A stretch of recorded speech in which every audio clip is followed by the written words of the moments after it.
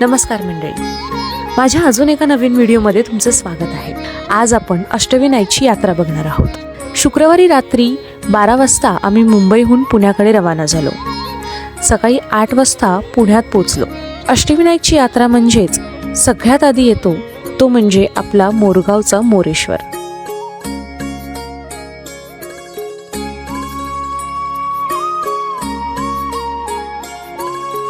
मोरेश्वर गणपती हे अष्टविनायकांमधील पहिले आणि आज्ञास्थान असून ते पुणे जिल्ह्यातील मोरगाव येथील आहे, जिथे गणपतीने सिंधू असुराचा मयूर वाहन म्हणून वापर करून वध केला, म्हणून याला मयुरेश्वर म्हणतात। तसेच या मंदिरात डाव्या सोंडीची पूर्वभूमिक मूर्ती असून डोळे व बेंबीत हिरे जडलेले आहेत।